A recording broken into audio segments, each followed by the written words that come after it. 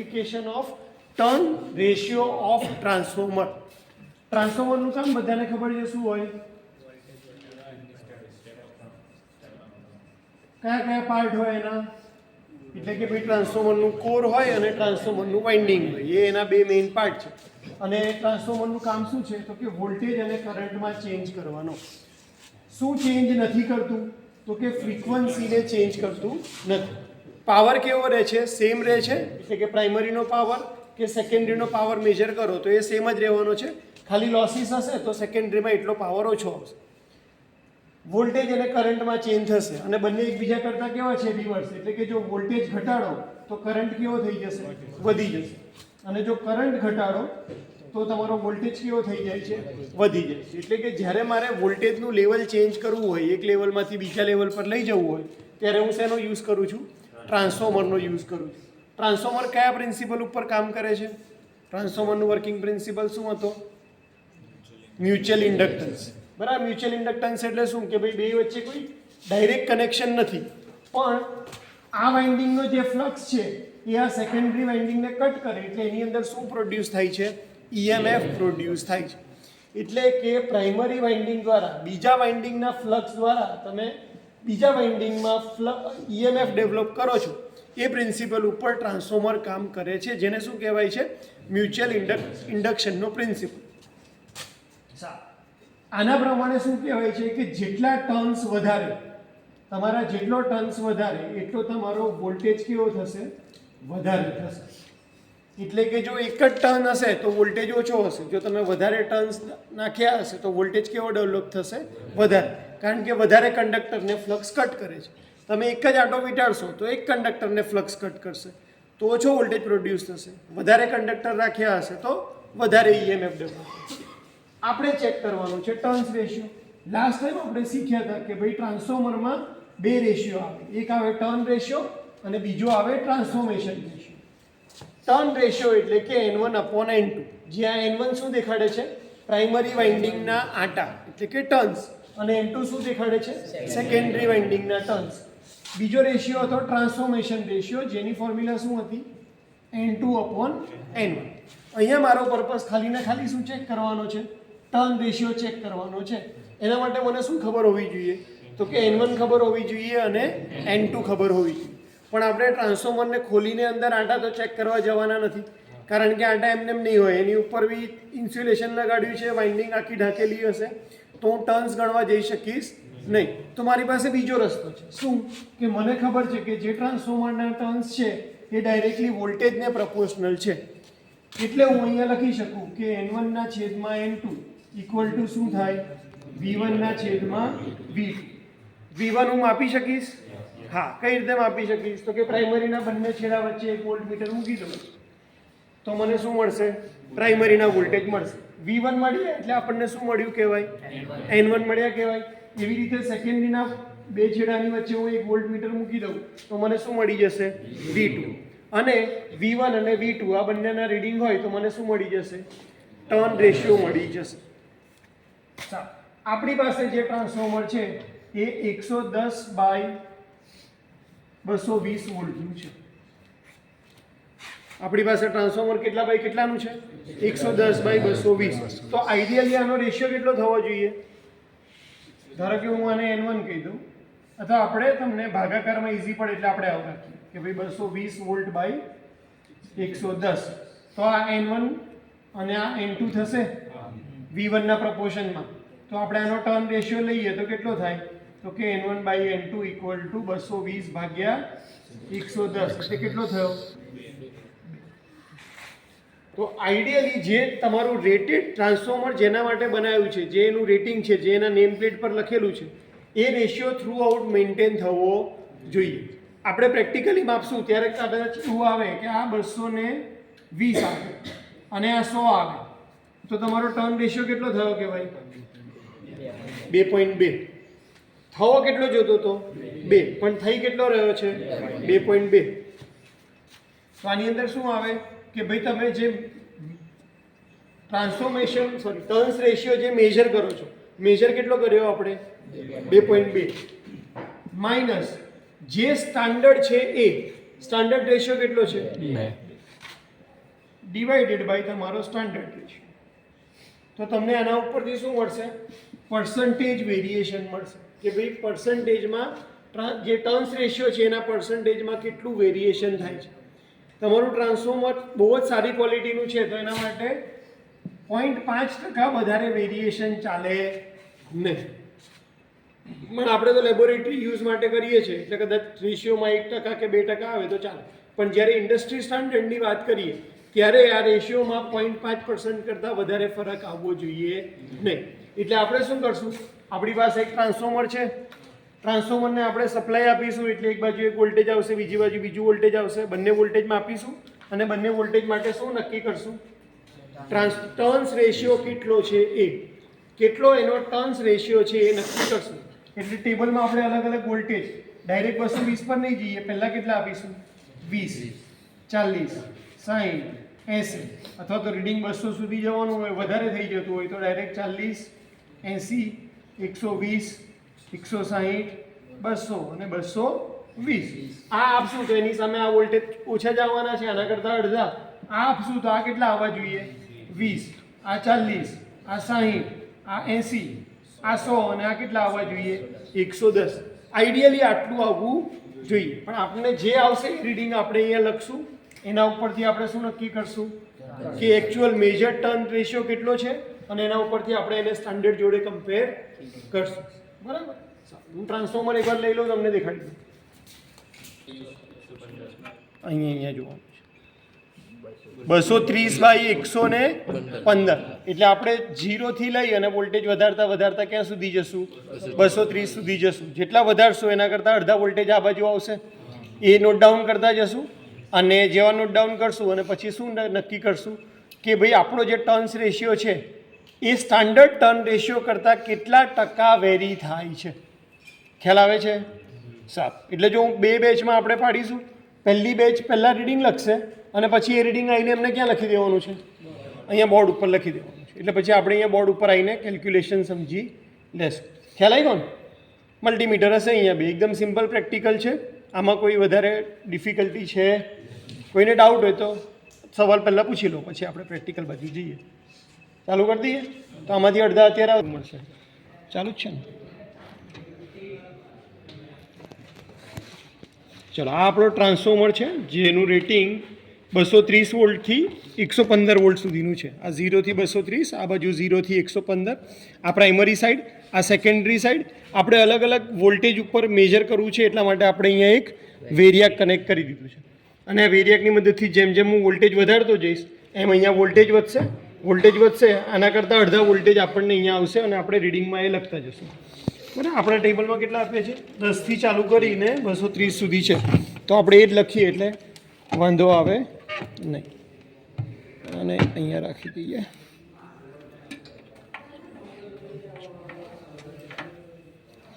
પહેલાં કેટલા વોલ્ટેજ છે?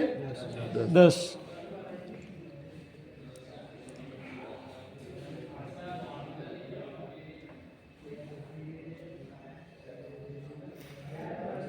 એક મિનિટ, ડીસી છે, એસીમાં કન્વર્ટ કરી દઈએ. હા,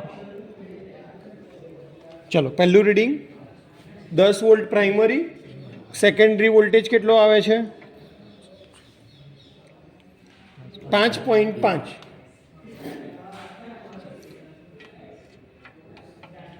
ચલો, 10 પછી બીજું રીડિંગ કેટલા ઉપર છે? 30 ઉપર.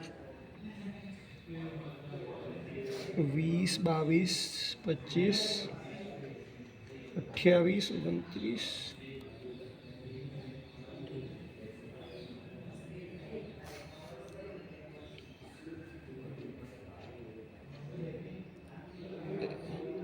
$30.7 કરી દેજે એટલે આપણો રેશિયો બરાબર આવે. અને સેકન્ડરીનો વોલ્ટેજ આવે છે 15.6.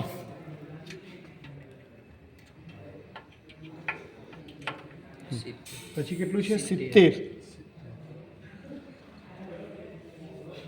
40, 50, 60, 62, 65, 70 એક્ઝેક્ટ. આ બાજુ સેકન્ડરીનું રીડિંગ લઈ લઈએ. 35.3.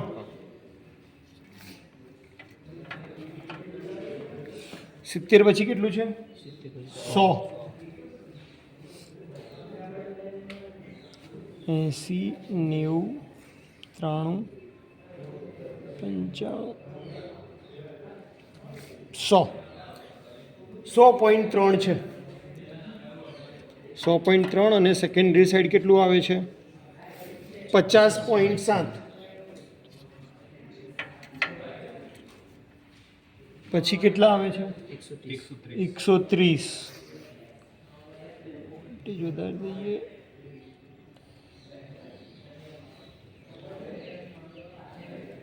130 અને સેકન્ડરી સાઈડનું રીડિંગ આવે છે 65.7 હવે કેટલું છે 150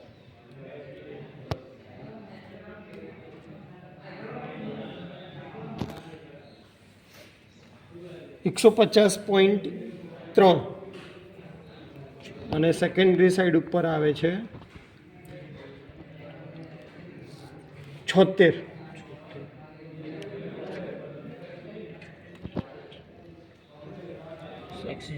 180 178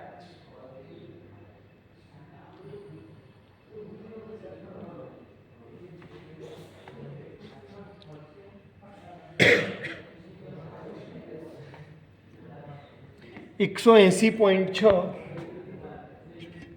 અને સેકન્ડરીમાં આવે છે 91.3 હવે 200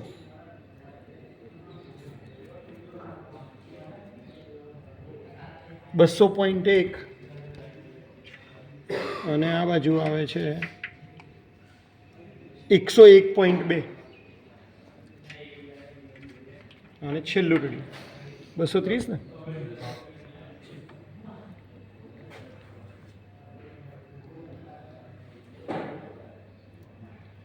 $230.5 અને સેકન્ડરી સાઈડનું રીડિંગ આવે છે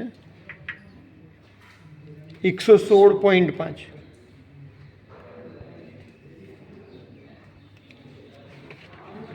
હવે આપણે અહીંયા ટર્ન રેશિયો શું કરવું પડશે V1/V2 બરાબર એટલે આ રીડિંગ છે ને ત્યાં આગળ પાસે સેકન્ડરીના વોલ્ટેજ છે એટલે કે V1 અને V2 છે આપણે એના ઉપરથી ટર્ન રેશિયો માપશું V1/V2 એટલે કે 10/5.5 કેટલા આવે છે કેલ્ક્યુલેટર સાથે જ રાખો અને કરતા જ જાઓ જોડે જોડે ફટાફટ એટલે લખાઈ જ જાય તમારું રેકોર્ડ બુક બી ખુલ્લી જ રાખો એટલે સાથે રીડિંગ અને કેલ્ક્યુલેશન થઈ જાય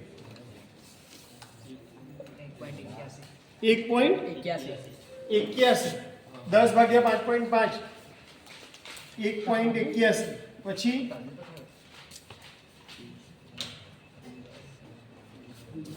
30.7 ભાગ્યા 15.6 1.96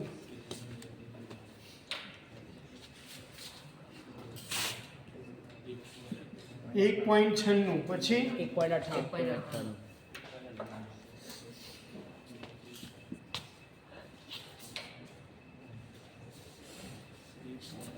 1.98 ઓકે પછી 1.97 1.97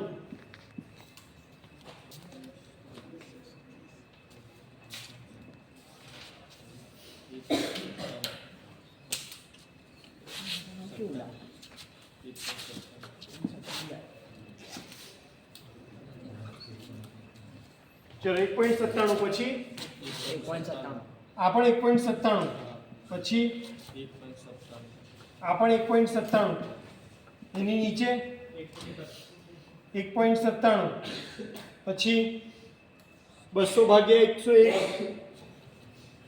200 ભાગ્યા 101.2 એમાં પણ 1.97 જ આવે છે અને છેલ્લા રીડિંગમાં 230.5 ભાગ્યા 116.5 એ પણ 1.97 સારું એટલે હવે આનો મતલબ શું થયો કે ઓછા વોલ્ટેજ ઉપર આપણે ટર્ન રેશિયો થોડુંક ડેવિએટ થયેલું મળ્યું, પણ જે તમારો વધારે વોલ્ટેજ પછી જેમ જેમ વોલ્ટેજ વધતો ગયો અહીંયા એમ તમને રેશિયો કેવો મળતો જાય છે? લગભગ 2 ની નજીક. કારણ કે આપણો સ્ટાન્ડર્ડ રેશિયો કેટલો છે? અહીંયા લખ્યું છે ને રેટેડ રેશિયો. પહેલાં શું લખ્યું છે? Rated ratio. તો રેટેડ રેશિયો આપણો કેટલો છે? 230 ભાગ્યા 115 એટલે કેટલા છે? 2. એટલે અહીંયા દરેક રીડિંગની અંદર આપણે કઈ રીતે કેલ્ક્યુલેશન કરશું? તો કે રેટેડ રેશિયો 2 માઇનસ મેજર્ડ રેશિયો. આપણો મેજર્ડ રેશિયો કેટલો છે? 1.81 ભાગ્યા રેટેડ રેશિયો એટલે કે 2 અને એને મલ્ટીપ્લાય બાય કેટલા કરી દેવાના છે? 100. એટલે આપણને શેમાં રેશિયો મળી જશે? પર્સન્ટેજ. 2 માઇનસ 1.81 એટલે કેટલા થાય? 0.19. 0.19 ભાગ્યા 2 કરો 0.095 અને ગુણ્યા 100 કર દો 9.5 આવે છે. એકવાર કેલ્ક્યુલેશન બરાબર કરી દો. 9.5 પર્સન્ટેજ. સારું, એટલે આમાં પર્સન્ટેજમાં કેટલો આવે? 9.5%. સારું, પછી બીજામાં એટલે પહેલામાં રેશિયો આવ્યો 9.5%. બીજામાં બીજા રીડિંગમાં 2 માઇનસ 1.96 ડિવાઇડેડ બાય 2. હા 2 એટલે હા પર્સન્ટેજમાં આવ્યો 2%. પહેલામાં આવ્યો તો આપણો કેટલો આવ્યો તો 9%, 9.5. બીજામાં આવ્યો 2%. એ પછી 1.98. આમાં કેટલો આવે છે?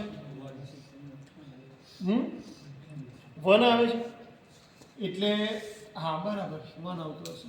કેમ? કારણ કે આ 0.02 આવે છે ડિફરન્સ, ડિવાઇડેડ બાય 2 કરો એટલે 1. અને પછી બધામાં 1.97 કેટલા આવે છે?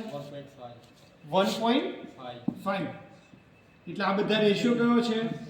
1.5 છેલ્લા રીડિંગ સુધી. તો સ્ટાન્ડર્ડ જે છે એ કેટલાની અંદર આવવું જોઈએ? 0.5 સુધી આવવું જોઈએ. પણ આપણામાં ટર્ન્સ રેશિયો કેટલો આવે છે? 1.5 આવે છે. પણ લેબોરેટરીમાં આપણે યુઝ કરી રહ્યા છીએ તો એ પ્રમાણે આ સ્ટાન્ડર્ડ રેશિયો કેવો કહેવાય? સારો કહેવાય. કે 1%નું વેરિએશન એટલે કંઈ ના કહેવાય. સ્ટાન્ડર્ડ કરતાં ખાલી તમારું રીડિંગ 1% જેટલું વેરી થાય છે. વોલ્ટેજ જે છે 1% જેટલું વેરી થાય છે. તો આ બધાનું લખાઈ ગયું? તો પોતાના રેકોર્ડ બુકની અંદર લખી લો.